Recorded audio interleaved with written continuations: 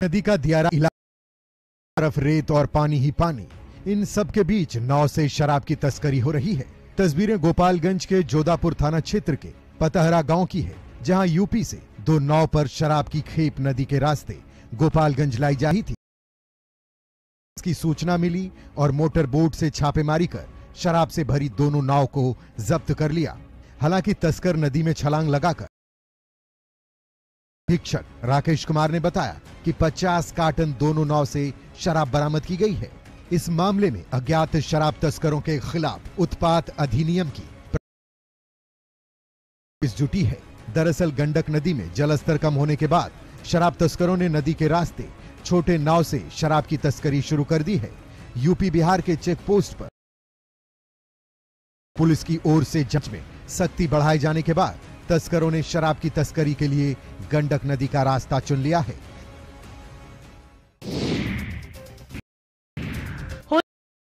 के कारोबारी शिलेबाजी में लग खेप बड़ी आसानी से बिहार लाई जा रही है और इसे खपाने का फुल प्रूफ प्लान बना लिया गया है।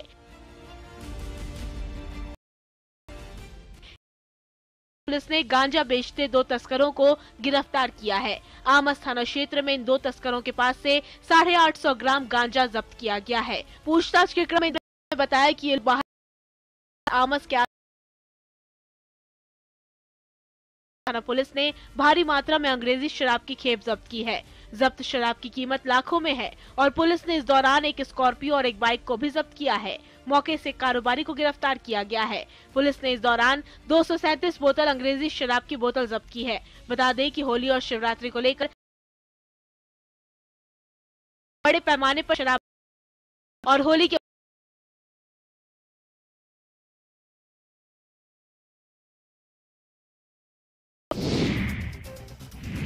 मुंगेर में साइकिल चोरी की घटना का सीसीटीवी फुटेज वायरल हुआ है। सीसीटीवी फुटेज में चोर बड़े शातिर तरीके से साइकिल चोरी करते दिख रहे हैं। मामला असरगंज थाना क्षेत्र का है। सीसीटीवी फुटेज के आधार पर एक युवक को हवाले किया।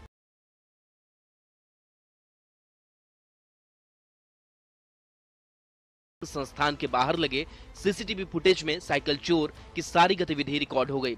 सीसीटीवी फुटेज में साफ देखा जा सकता है कि किस तरह एक युवक पहले साइकिल के पास आकर चबूतरा पर आकर बैठ जाता है और फिर बड़ी चालाकी से वो साइकिल ले वहां से चंपत हो जाता है।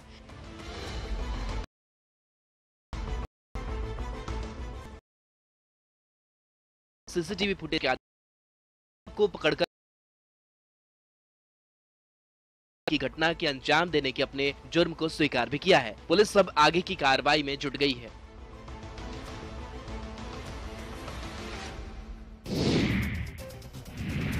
दुकान का टूटा शटर और खाली पड़ी तिजोरियां इस बात की गवाही दे रहे हैं कि उत्पात मचाया है की है। आभूषण दुकान में भीषण चोरी की घटना को अंजाम दिया। अज्ञात चोरों ने चानन थाना क्षेत्र के मननपुर बाजार स्थित मणिप्रभा ज्वेलर्स का शटर तोड़कर लगभग 10 लाख से अधिक के आभूषण और नकदी चुरा लिए। बताया जाता है कि रात्रि प्रहरी बहादुर जब बाजार में घूम रहा था में चोर आए थे और चोरी की वारदात को अंजाम दे रहे थे। बहादुर ने जब विरोध किया तो चोरों ने बहादुर के साथ मारपीट भी की और फिर चोरी की घटना को अंजाम देकर फरार हो गए, जिसके बाद चानन थाना पुलिस और आभूषण दुकानदार को इसकी जानकारी दी गई। फिलहाल चानन थाना पुलिस पूरे मामले की जांच में जुट गई है। अन्य आभूषण कारोबारियों में दहशत का माहौल है। सभी पुलिस से इस मामले में जल्द से जल्द कार्रवाई करने की गुहार लगा रहे हैं।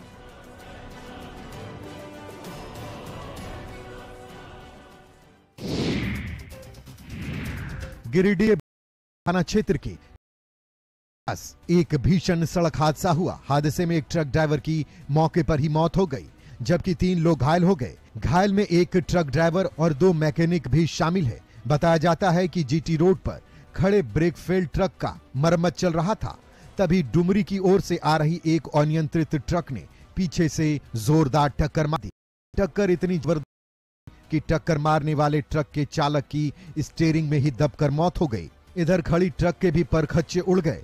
हादसे की जो तस्वीर सामने आई है, किसी के भी रोंगटे खड़े हो जाएंगे।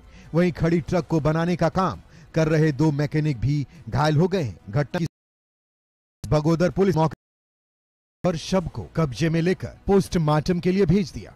इधर घायलों का इलाज स्थानीय सदर अस्पताल में चल रहा है। हादसे के बाद से अफरा तफरी मची हुई है।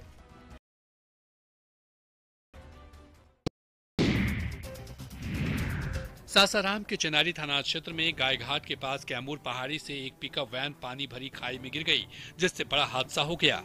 काराकाट के गोरारी थाना क्षेत्र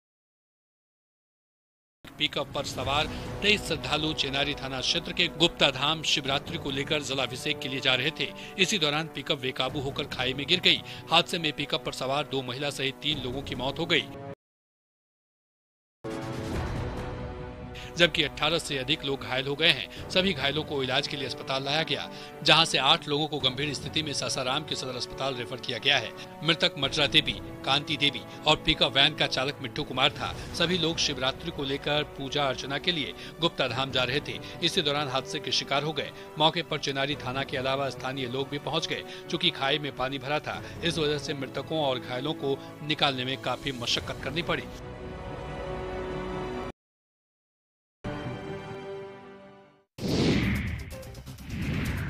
टेबल पर नशीला पदार्थ चखना और नशे में टल्ली हैं गुरुजी। छत्तीसगढ़ के जशपुर में फिर से शिक्षा की मर्यादा तार तार हो गई है। मामला पथलगांव विकासखंड के बालमपारा का है, जहां प्रधान पाठक नशे में धुत होकर स्कूल पहुंच गए। पढ़ाना तो छोड़िए, खुद की होश का भी ख्याल नहीं है। मदहोश रहे, बेहोश रहे। नशे शिक्षक की तो अभिभावक भी स्कूल पहुंच गए, जहां का नजारा देखकर लोग हैरान रह गए। शिक्षक नशे की हालत में टेबल पर सिर रखकर सोया मिला। प्रधान पाठक का नाम सोखाराम है, पर प्रताड़ित करने का अब देखना होगा पर शिक्षा विभाग क्या कार्रवाई करता है, क्योंकि ये सवाल न सिर्फ एक वायरल वीडियो का है, बल्कि उन तमाम बच्चों का है जिनके भविष्य संभालने की जिम्मेदारी शिक्षक के कंधों पर है।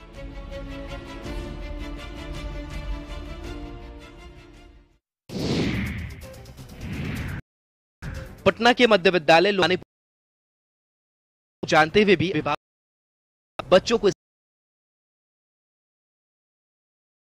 नतीजा यह कि सिर पर नाच रही मौत के बीच बच्चे यहां पढ़ाई करते हैं। दरअसल इस कैंपस में लोकेश्वरी कन्या उच्च विद्यालय का जर्जर भवन है, जो अब भयावह हो चुका है और के आसपास से गुजरने पर भी कभी भी जान जा सकती है। यहां पहले 3 स्कूल चल रहे थे, जिसमें 2 स्कूल मर्ज हो अब मध्य विद्यालय लोहानीपुर हो गया और एक स्कूल कन्या उच्च विद्यालय था शिफ्ट कर का निर्माण हो सका। अब इसका खामियाजा मध्य विद्यालय के बच्चे और शिक्षक भुगत रहे हैं। हालत ऐसी है कि आए दिन इस जर्जर भवन से बड़े बड़े छज्जे टूटकर गिरते रहते हैं। कभी दीवारें ढह जाती हैं तो कभी सीढ़ी की रेलिंग गिर जाती है। इस जर्जर भवन को तोड़ने के लिए जिला से लेकर विधायक, सांसद और विभाग तक गुहार लगाई जा चुकी, लेकिन अब तक से नाम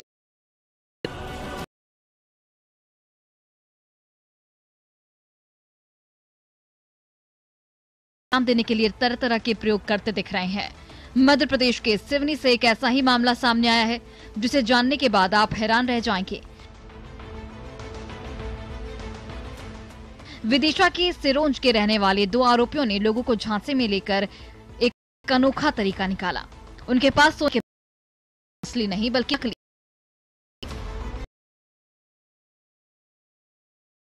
कोई भी गच्चा खा जाएगा। आखिर बिस्किट नकली है या असली? दावा ये किया जा रहा है कि सोना खुदाई के दौरान मिला है। आरोपी इसे बेचने की फिराक में थे। एक ग्रामीण को ठगने की कोशिश भी हुई, लेकिन उसने तत्काल इसकी सूचना पुलिस को दी। सूचना पर पुलिस ने आरोपियों को गिरफ्तार किया। उनके पास से नकली सोना, एक चाकू और बाइक में जुट गई है। जब्त सोने की जांच की जा रही है।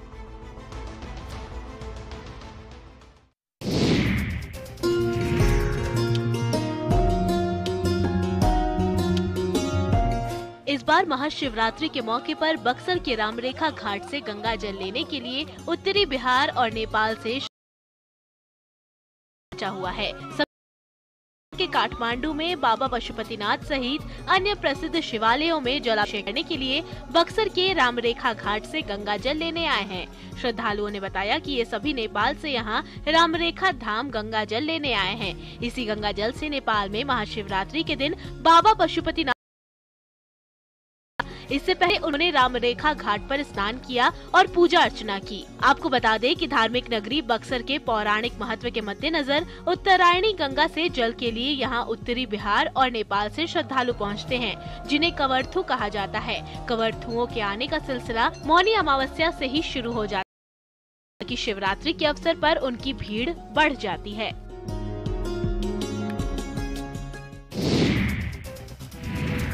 मुंगेर जिला मुख्यालय से लगभग 60 किलोमीटर दूर टेटिया बम्बर प्रखंड स्थित पहाड़ पर अवस्थित बाबा उच्चेश्वर नाथ महादेव मंदिर देवघरा अपने पौराणिक कथा को लेकर काफी चर्चित है। शिवरात्रि में यहां भव्य मेले का आयोजन होता है, जिसे लोग महाभारत काल से जोड़कर देखते हैं। प्रचलित लोक कथाओं के अनुसार महाभारत काल में पांडवों ने यहाँ अपना अज्ञातवास बिताया था।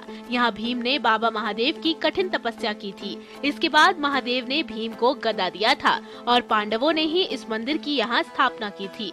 1000 पहाड़ पर अवस्थित बाबा उच्चेश्वरनाथ महादेव मंदिर श्रद्धालुओं के लिए आकर्षण का केंद्र बना हुआ है। चारों तरफ पहाड़ी से घिरे और मंदिर के पास का तालाब अक्सर शिवरात्रि को लेकर यहाँ बहुत बड़े मेले का भी आयोजन किया जाता है, जहाँ दूर दूर से हजारों श्रद्धालु पूजा अर्चना करने आते हैं।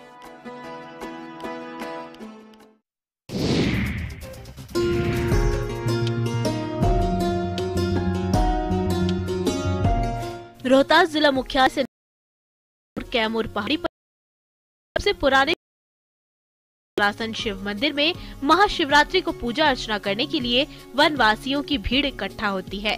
सुदूरवर्ती इलाके में पहाड़ी के ऊपर कुल 84 सीढ़ियां चढ़ने के बाद यहां पहुंचा जा सकता है। मंदिर में अवस्थित शिवलिंग काफी दुर्लभ है और परिसर में नंदी भी अवस्थित है। पहाड़ी रास्तों से पहुंचना होता है। इसकी बनावट बहुत अद्भुत है। मान्यता है कि राजा हरिश्चंद्र के समय इस मंदिर का निर्माण हुआ था। कहा जाता है कि राजा हरिश्चंद्र के बेटे रोहिताश्व ने इसकी स्थापना करवाई थी। मुगल काल में इस मंदिर को भी नुकसान पहुंचाया गया था, लेकिन आज भी ये शिवालय आसपास के लोगों के लिए आस्था का केंद्र है। हजारों फीट ऊंचाई पर स्थित शिव मंदिर में वैसे तो सालों भर सन्नाटा रहता है, लेकिन सावन और महाशिवरात्रि में यहाँ लोग पूजा अर्चना करने जरूर पहुँचते हैं।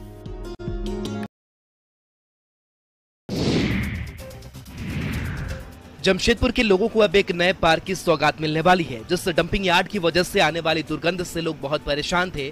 अब इससे डंपिंग यार्ड को पार्क की शक्ल दे दी जाएगी। दरअसल सुवर्ण रेखा नदी किनारे मरीन ड्राइव मुख्य सड़क के किनारे, जहां पूरे जमशेदपुर शहर का कचरा डंप किया जाता है और यहां डंप किए गए कचरे की वजह से कचरे का पहाड़ बन गया है। इसी कचरे में आए दिन आग लगने से आसपास के रहने वाले लोग जहरीले धुएं से परेशान थे, लेकिन अब इसकी तस्वीर बदलने वाली है। राज्य के स्वास्थ्य मंत्री बन्ना गुप्ता ने अपने प्रयास से कचरों के अंबार को समतल कर पार्क बनाने का निर्देश जारी किया है। इसकी युद्ध स्तर पर तैयारी की जा रही है। दिन रात 24 घंटे कर्मी लगकर पार्क और पार्किंग का निर्माण करने में लगे हैं। यहाँ पार्क बनने से एक तरफ जहाँ लोगों को जहरीले धुएं और दुर्गंध से छुटकारा मिलेगी, वहीं घूमने टहलने के लिए एक और जगह मिल जाएगी।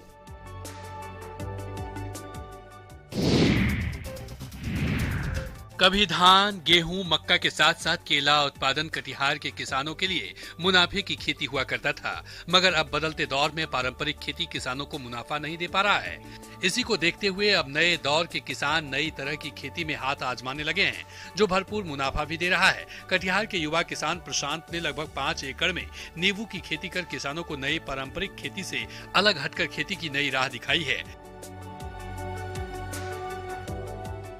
पहले बिहार के इस इलाके में बाजार को नींबू के लिए कोलकाता और चेन्नई पर आश्रित रहना पड़ रहा था, मगर अब प्रशांत जैसे किसानों के द्वारा बड़े पैमाने पर नींबू की खेती करने से इस इलाके के बाजार को भी बेहद कम दरों में अच्छी क्वालिटी के नींबू उपलब्ध हो रहे हैं। साथ ही बड़े पैमाने पर नींबू की खेती से अब इस इलाके में रोजगार सृजन भी हो रहा है। युवा किसान प्रशांत की इस पहल और खेत कर अपने घर में ही काम मिलने से यहाँ के मजदूर काफी खुश हैं।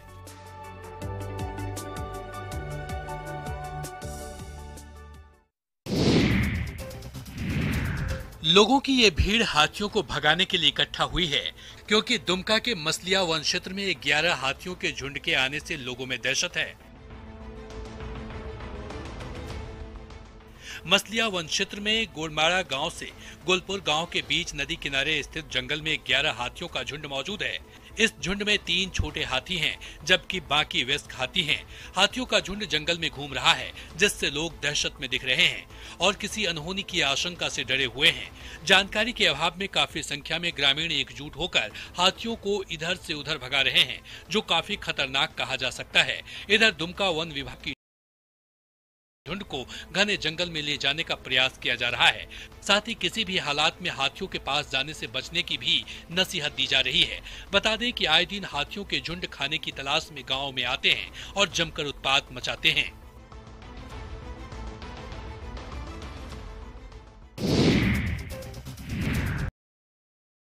खेतों में नैनो यूरिया का छिड़काव की ये तस्वीर कृषि विज्ञान केंद्र कोवाकोल नवादा की है, जहां ड्रोन के इस्तेमाल से किसानों को कृषि कार्यों को सुगम बनाने का गुर सिखाया गया।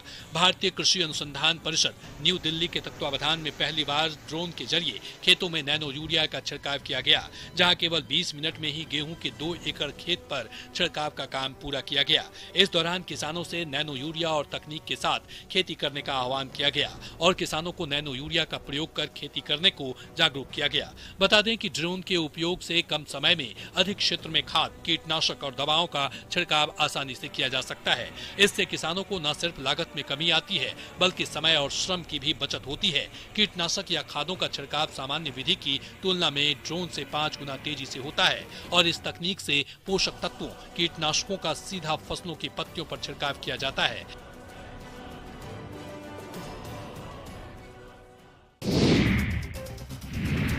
एक शख्स एक पेड़ पर लगे काले रेशों को हटाता है, जिस पर सैकड़ों मकड़ियां उसके अंदर से बिलबिलाकर बाहर निकलने लगती है। पूरे पेड़ पर ऊपर से नीचे टहलने लगती है। ये दृश्य इतना भयावह है कि शायद ही आपने इससे पहले कभी ऐसा नजारा देखा होगा। सचमुच प्रकृति इतनी विचित्र है, इसका अंदाजा हमें तब लगता है जब हम इसे नजदीक से देखते हैं। हमारी दुनिया के कई छुपे राज हैं, जो जब तक छुपे रहते हैं तब तक हम उसे और ज्यादा एक्सप्लोर नहीं करते। आपको हमारी बात का भरोसा जब आप इन दिन देखेंगे। इनमें एक विशाल पेड़ नजर आ रहा है और उस पेड़ पर इतनी मकड़ियां मौजूद हैं, जिसे देखकर आप शहर बसा हुआ है।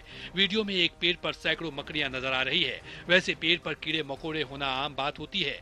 कई पेड़ों पर सांप बिच्छू तक दिख जाते हैं, पर क्या आपने कभी ऐसा पेड़ देखा है जो मकड़ियों? वीडियो में आप ऐसे हो रहे हैं।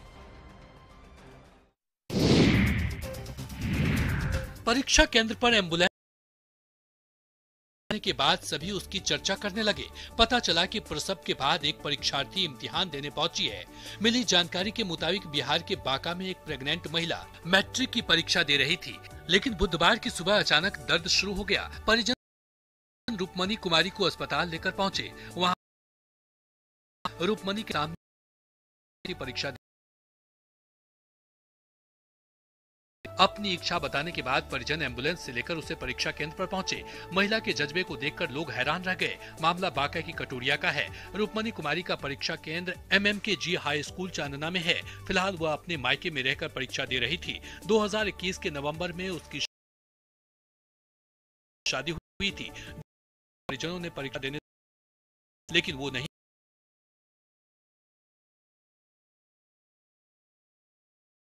विज्ञान की परीक्षा दी।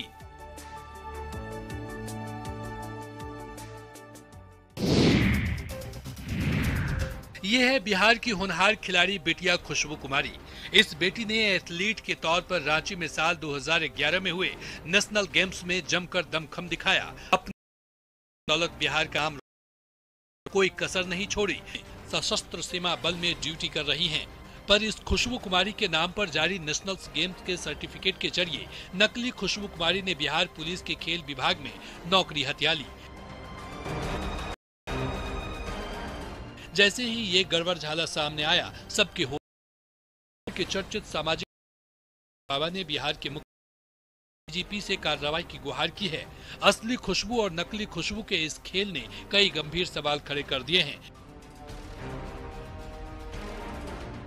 क्या बिहार सरकार के खोखले सिस्टम के लिए असली और नकली में फर्क करना मुश्किल हो गया है? नकली के इस खेल के पीछे असली खिलाड़ी हैं कौन?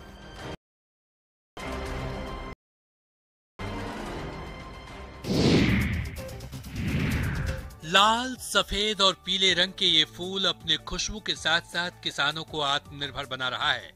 दरअसल लोहरदगा के कुडू प्रखंड क्षेत्र में जरबेरा फूल की खेती बड़े पैमाने पर की जा रही है। अलग अलग रंगों की फूलों की खेती लोगों को खूब आकर्षित करती है। इस खेती से किसानों को आमदनी तो होती ही है, लेकिन बाजार नहीं मिलने से अब किसानों के सामने कई परेशानी। बाजार नहीं होने से फूल खेत में ही मुरझा रहे हैं। जिला उद्यान विभाग की ओर से लोगों को सहायता दी गई, जिसके बाद इलाके में जरबेरा की इधर किसानों की परेशानी को देखते हुए डीसी ने किसानों को बाजार और सहयोग देने के साथ हर संभव मदद देने का भरोसा दिया है। जरबेरा फूल का उपयोग जरबेरा फूलों की खेती आज पूरे विश्व में किया जाता है। वहीं किसान जरबेरा की खेती कर आत्मनिर्भर बन रहे हैं।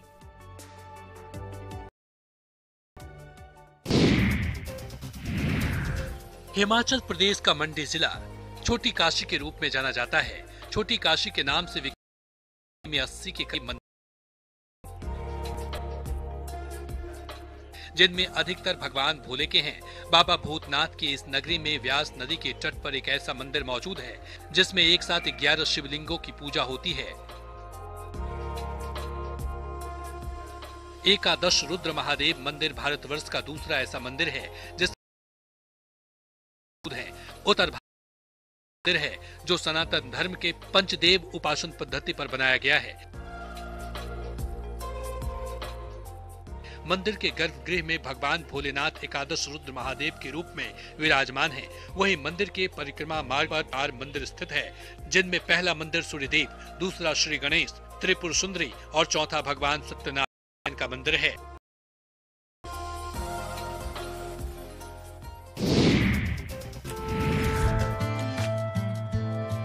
औरंगाबाद की गांव के किसानों ने अपनी लगन और मेहनत के बल पर न सिर्फ खुद की बल्कि अपने गांव की समृद्धि गा। जी हां, धान गेहूं की परंपरागत खेती करने वाले ये किसान कल तक 2 पैसों के लिए दूसरों के मोहताज थे। परंपरागत खेती को छोड़ा, स्ट्रॉबेरी की खेती करनी शुरू की। इनके दिन बहरने लगे। आलम यह है तक समृद्ध हो चुके हैं कि दूसरों की आर्थिक मदद को हमेशा तैयार भी रहते हैं। आज यह गांव स्ट्रॉबेरी के हब के रूप में जाना जाता है। यही वजह है कि जिला प्रशासन को इसे आदर्श गांव का दर्जा देना पड़ा। आज इस गांव में वह सारी सुविधाएं उपलब्ध हैं जो एक आदर्श गांव की पहचान होती है। वैसे किसानों की दशा में इस की भी अहम भूमिका रही। समय समय पर उन्हें न सिर्फ प्रशिक्षण की सुविधा उपलब्ध कराई बल्कि तकनीक सहायता भी प्रदान किया। कुल मिलाकर स्ट्रॉबेरी तकदीर तो बदली ही, गांव की तस्वीर भी बदल डाली है। ये भीड़ और पेड़ों की पूजा पाठ की तस्वीर हजारीबाग की है, जहां पर्यावरण संरक्षण को लेकर मुकदमा के छबेलवा जंगल में वन और वृक्ष का रक्षाबंधन सह पर्यावरण महोत्सव का आयोजन किया गया। इस दौरान मौजूद लोगों ने सूत्र बांधकर पेड़ पौधों को बचाने और पर्यावरण संरक्षण का संकल्प लिया। साथ ही जीवन में कम से कम 5 पेड़ लगाने का फैसला लिया है। इचाक प्रखंड के मुकदमा से जल जंगल बचाओ समिति बनाकर वनों की कटाई पर रोक लगाने और संरक्षण का काम शुरू किया। अब इन इलाकों में जहां पहले मैदान हुआ करते लंबे साल के साथ ही दूसरी प्रजातियों के पेड़ तैयार हो गए हैं। इस कार्यक्रम में मुख्य रूप से केंद्रीय शिक्षा राज्य मंत्री अन्नपूर्णा देवी, बरकट्ठा विधायक अमित यादव, जिला परिषद अध्यक्ष उमेश मेहता के अलावा कई लोग पहुंचे हैं, जिन्होंने ऐसे महोत्सव और संरक्षण को लेकर लोगों कार्यक्रम के दौरान पर्यावरण से संबंधित रंगारंग सांस्कृतिक कार्यक्रम का भी आयोजन किया है। एमपी के सतपुड़ा टाइगर रिजर्व में कई बार सैलानियों को वन्य जीवों के मन मोह लेने वाले नजारे देखने को मिलते हैं। ऐसा ही एक दुर्लभ तस्वीर एसटीआर में फिर दिखी, जहां सतपुड़ा के जंगल सरोवर में बाघिन जल क्रीड़ा का आनंद लेते नजर आई। सतपुड़ा टाइगर रिजर्व प्रबंधन ने बाघिन की जल क्रीड़ा का video official social media account पर शेयर किया है। STR ने वीडियो शेयर कर लिखा है कि यह कोई रहस्य नहीं है कि गर्मी के दिनों में बाघ तैराकी का आनंद लेते हैं। इस खूबसूरत बाघिन को तैरना बहुत अच्छा लगता है और अक्सर इसे सतपुड़ा की जल प्रणाली को आसानी से नेविगेट करते हुए देखा जा सकता है। आपको बताते चलें कि बिल्लियों की प्रजाति में बाघ इकलौता ऐसा जानवर है जिसे पानी में खेलना और तैरना पसंद है। बिल्ली, तेंदुआ, चीता और शेर पानी में घुसने से कतराते हैं, जबकि बाघ पानी में तैरकर भी शिकार करता है। बाघ अपने आगे के पैर को पतवार की तरह इस्तेमाल करता है।